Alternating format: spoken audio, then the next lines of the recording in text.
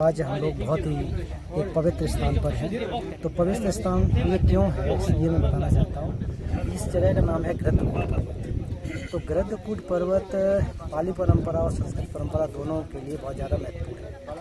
और ख़ास करके जो हमारी संस्कृत परंपरा, इसको मायन ट्रेडिशन भी कहा जाता है, तो उसमें क्या है कि भगवान बुद्ध के जो प्रमुख सूत्र थे, जिसमें कि प्रज्ञापारमिता सूत्र और शालिस्तंभ सूत्र, तो बहुत सारे जो प्रज्ञापारमिता के सूत्र हैं वो इस जगह पर, ऐसा कहा जाता है कि भगवान बुद्ध ने इस जगह पर बैठ करके उपदेश दिए।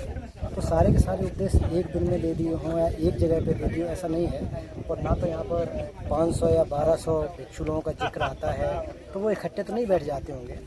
तो उसके बाद बहुत सारे देश काल परिस्थिति के अनुसार जो है कि आंधी आई होगी, तूफान आए होंगे, भूकंप आया होगा, तो ये पूरा का पूरा जो है धस गया होगा, टूट के गिर गया होगा। तो ये स्थान, इसका जो महत्वता है प्रमुख रूप से, जैसे अब आप मैं बता रहा हूँ, नीचे जब चढ़ के आए थे वहाँ पर भी जो इतिहास में जिक्र मिलता है कि अंगुलीमाल है, जो कहानी होती है कि पत्थर गिरवाया था जो, तो अंगुलीमाल नहीं, क्या कहते हैं, जो देवदत्त ने, तो वहाँ पत्थर गिराया था, तो वहाँ छोटा सा बोर्ड लगा, इतना सा छोटा, और छोटी सी जगह है। तो ऐसा तो नहीं है कि वहाँ पर गिर गया होगा। तो वो हमारी सरकार को या ये और चीज़ें उसको अच्छी तरह से बना के दुनिया के सामने रखा जाए। तो खैर ये घटनाएं हुई। इसके अलावा यहाँ पर देखिए कई एक पहाड़ हैं, जिक्र किया जाता है। और इस पहाड़ के पीछे, जैसे मैं बता रहा हूँ, इस पहाड़ के पीछे जो पहली काउंसिल हुई थी, सप्तपर्णी गुफा है, वहाँ पर पहली काउंसिल हुई थी, पहली धम्म जो परिषद वहाँ पर हुई थी। और जैसा कि कहते हैं कि 500 उसमें अरब थे, तो वो भी बहुत ज़्यादा महत्वपूर्ण है। तो कुल मिलाकर के राजगीर ऐतिहासिक रूप से देखा जाए तो मगध का कैपिटल हुआ करता था, राजधानी होती थी। राजा बिंबिसार, अजातशत्रु, तो ये सारे के सारे जो राजा, इसके पहले भी चले जाइए बिंदुसार, और भी चले जाइए आगे आगे, तो कुल मिला के मगध एरिया का ये कैपिटल होता था।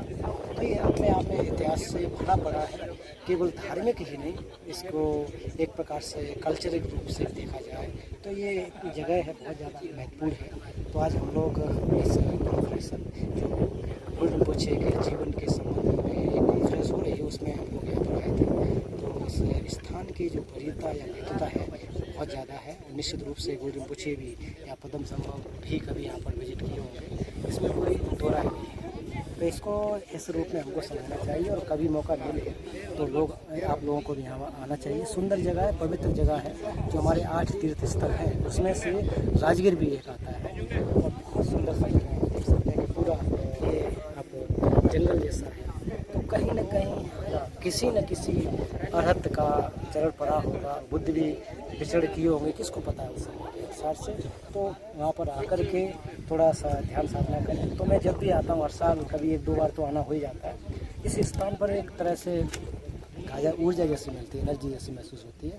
तो दोस्तों, यही मैं आपको शेयर करना चाहता था। तो फिर आप कभी आइए। आप सभी का बहुत बहुत धन्यवाद।